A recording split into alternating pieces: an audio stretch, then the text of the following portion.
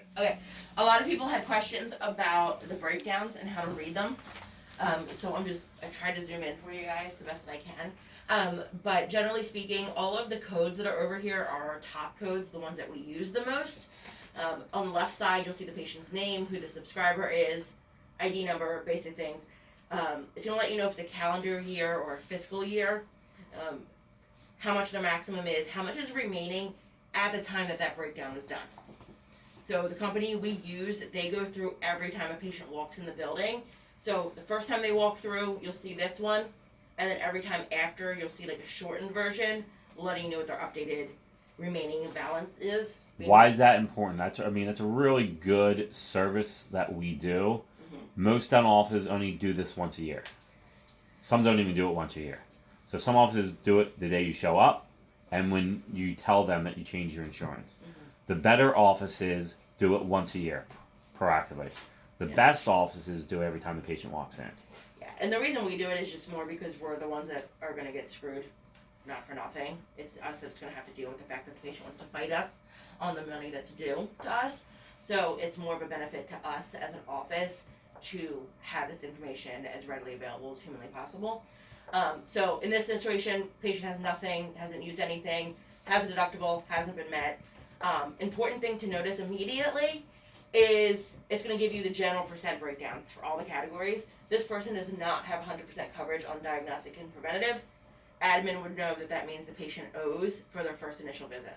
Listen, then that was unheard of 20 years ago.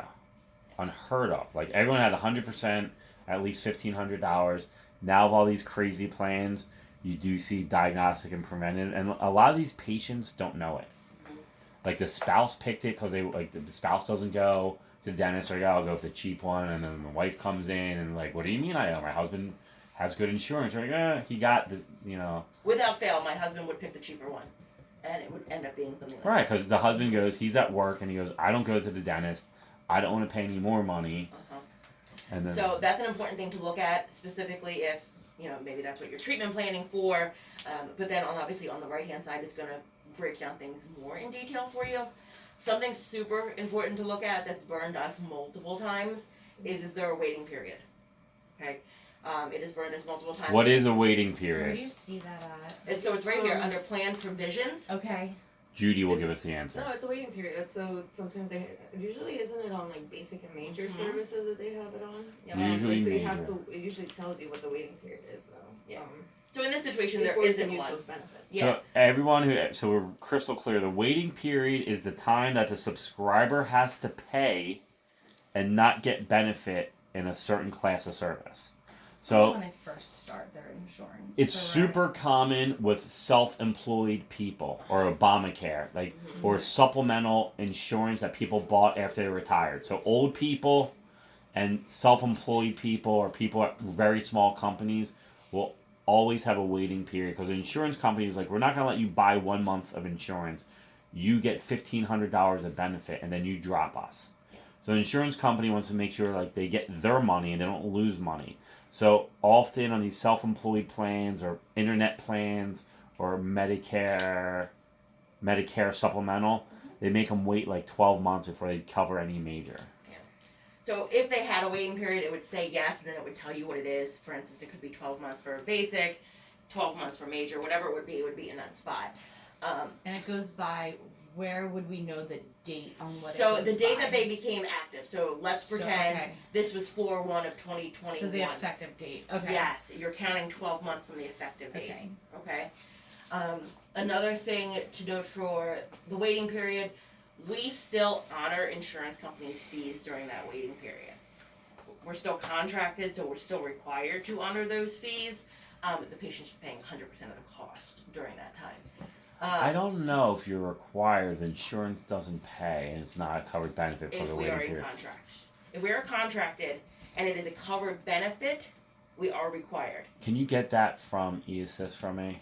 Because I was under the impression if they're not paying anything. If it's not a covered benefit, so for instance, if they don't cover crowns, waiting period or no waiting period, if crowns are not covered, we can charge whatever the hell we feel like.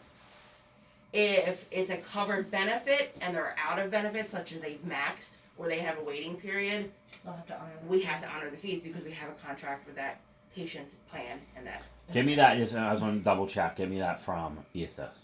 Sure. Missing tooth clause is another one that burns us a lot. What that means is if the tooth was missing prior to that plan, the insurance company will not pay for it to be replaced. So if you had number 8 out, last year when you had Cigna, and this year you have Delta Dental will not contribute any funds towards replacing number 8. And that is a place that we can charge whatever we feel like because there's a missing tooth clause in that area. Missing tooth. Mm-hmm. But we usually always honor. Yeah. Like I'm not here to screw people. Like Yeah. there's some officers that can't wait to be like, oh, you got to pay our normal fee for that Pontic. I'm like, I'm not giving a shit. Yeah. Standard COB just means coordination of benefits. So if a patient has 2 plans, it's just telling you how they're going to pay. But as a practice, we do not quote fees based on 2 insurances. We treatment plan based on 1 insurance. They still have to pay their copay. If the second one pays, great, we'll reimburse them. But 9 times out of 10, it does not.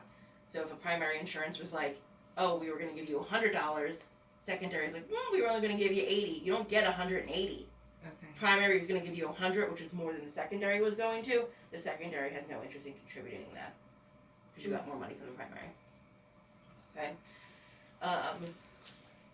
Replacement is going to let you know, do they pay on seat date or prep date? That's a big one at the end of the year, whether or not they're going to pay us on seat or we're going to pay us on prep. So Cigna, this insurance specifically, will pay us when we seat it, and Cigna's very serious about that. They will not pay us until it's seated. So even though it says prosthetic, does that mean it's like regular crowns? Yes. Okay. Yeah. So if someone's got Cigna and they come in December 15th and need a bunch of crowns and they get them done the week in between Christmas and New Year's. Yeah, it's going to go on the following year's benefit. In this plan specifically, yes. Yeah. Same thing, they broke it out on this plan, so it says prosthetic, and then it says crowns, repaid on seat or prep. It says 60, so they're saying it's 60 days from prep date. Okay. They'll pay. Okay? Wow. So they're giving you time to deliver it. I don't know. This plan is, I have another reason for showing you guys this plan specifically. Then they also will break down history, so the last time that a patient had, like, for instance, an FMX or a PAN was in 2011. 10 years ago, obviously they're eligible for it and insurance will pay us for it.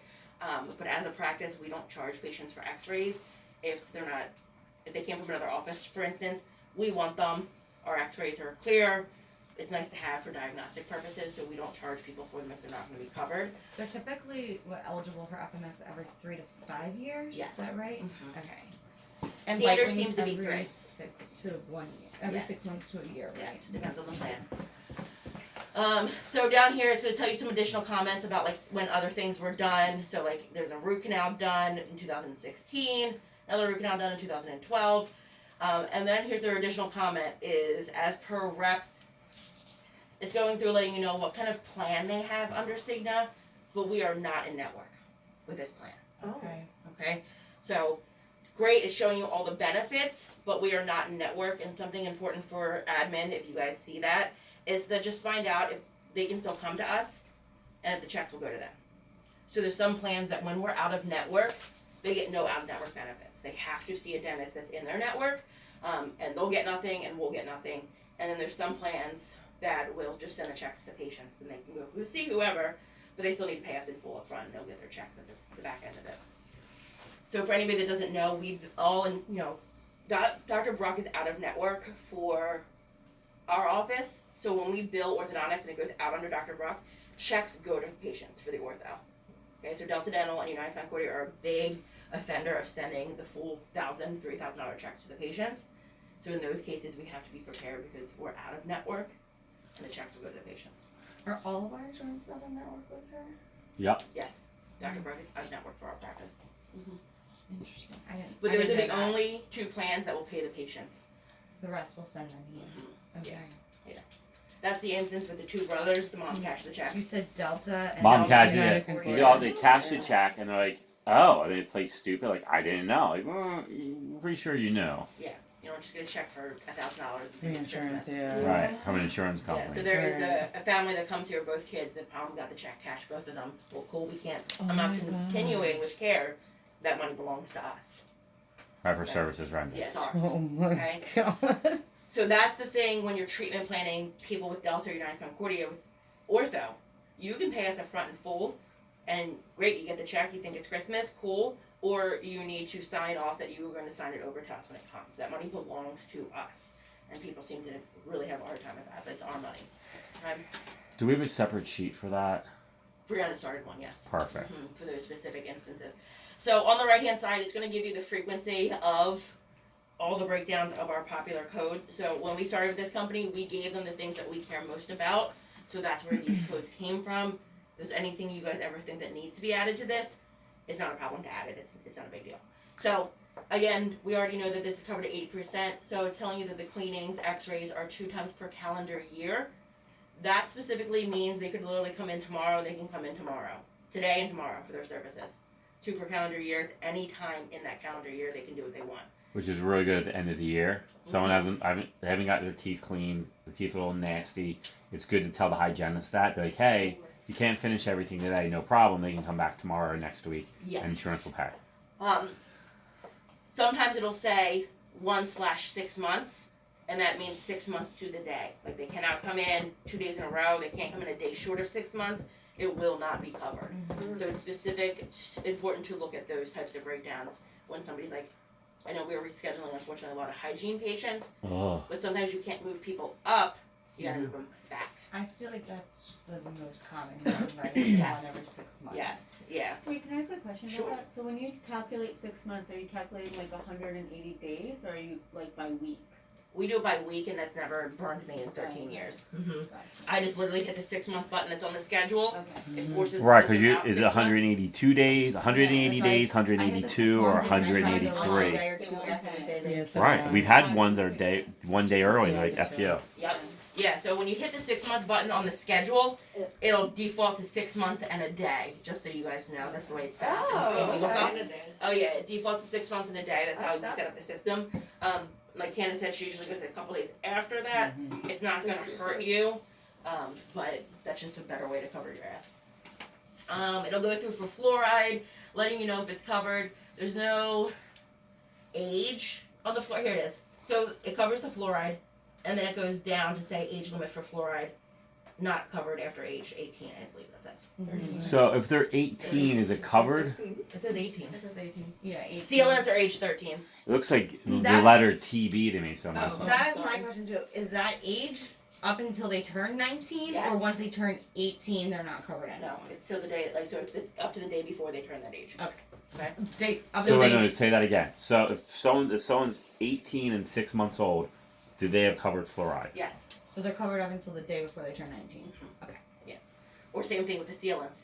Okay. Excluded after age 13, so it's up until the day before they turn 13. Probably would get a little dicey on their 13th birthday. You said that 2 ways separately. If Yeah. it's 13, So it's 13 for the sealants. So Correct. literally up until the day before they turn 13, we can do 14. sealants.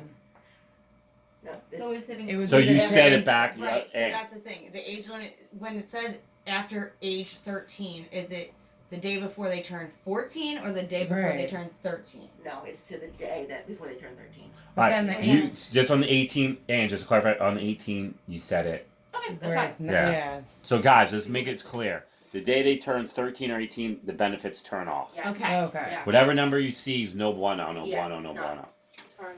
So And then down here it'll say a couple that like pretty suggested for doing a cleaning, a prophy the same day as SRP. I don't even think we do that generally, but it's letting you know that you should probably ask for permission basically before you try to do the prophy and the SRP. But again, I don't think that's something we do. Occlusal guards are covered once a calendar year at 50%. So the 1/CY is a calendar year. So they could get a new night guard every single year. if they come in December 2021, they could get a night guard and also get another night guard in January if they went away and they lost it. Yes. All right, but if it said once every 12 months, they would have to wait till the following December. Yes. Yeah. So you gotta look for that tricky thing. Ugh, Sometimes it's very irritating. sneaky. It is sneaky. Yeah. So this plan does downgrade to amalgams on posterior teeth. Again, EagleSoft is set up to do that formula for you. So even when you do treatment plan it's a moot point. So that's how sometimes you guys are like, math doesn't match. This isn't 80%. I know it's not because you're adding on the cost of them not paying for the white filling. So that's why sometimes the math does not match when you're doing treatment plans for like posterior teeth in this situation. So like we don't even carry amalgam, like we couldn't even Nope. do it. So how does that work? Like we just submit it as if we did one? No, we submit as the white filling. Oh, So white filling could cost $100, right. and they're only going to pay. Let's pretend they're paying 100% of the silver filling, and it's Oh. only $80 on their fee schedule. We're only going to get that $80. So the patient Gotcha. has 100% coverage for fillings, Right, but they still owe us that $20 because we only do white fillings, and they're only paying for silver ones. right. Yeah, I haven't seen a silver filling done in like But how 21 can years. insurance still say that though? That's Yeah, I know. mm-mm. Down here for major, sorry, just gonna check the time. We have a few more minutes. So crowns covered once every 60 months, at 50%. Are they downgraded? Yes. You rarely see that, but again, this isn't even a plan that we are in network with. But you rarely see that crowns are downgraded. It just means the same thing for fillings, that they're only gonna pay for like a An all silver, silver an crown. all silver crown, which I haven't ever seen. Yeah, I think that's what that code number is. Yeah. So, bridge once every 60 months. It's saying that veneers have no frequency. So, veneers have burned us before. So, just as like, Predate. predate it. I don't care that it tells you that veneers are covered. I don't believe them. Because it's considered cosmetic. Yes. They're normally never covered. Yes. Right. It's like Yeah. the insurance company Mhm. kind of messes with people, in my opinion. Say, oh, we cover veneers. And people are like, oh, this is awesome. But they cover But it- like the chairside veneers, not the lab veneers. Or And they'll it's just- only cover veneer when they think it's necessary, and it's necessary. I'm like, oh no, that was necessary for cosmetics. So we're not gonna cover it. Emily Abel. She's the one I'm thinking of. We did like all the veneers up top, right? We told her they were covered. Oh, they sure weren't. So, always as a standard, please predate. Ask somebody to help you predate. I think she paid $5,000 and we knew that when was actually getting her. Oh, maybe somebody else on. You're thinking of somebody else. Because this is when I started, and her and I were going back and forth. She's like, I don't owe you any money. I'm like, oh, it's not covered. It's cosmetic. Like, why would anybody ever tell you I that? know a lot of insurance is considered Yeah. a cosmetic, and then if there is something that would cause you to have a veneer, Okay. they would usually want you to do a crown. Like if the tooth's fractured, they'll want you to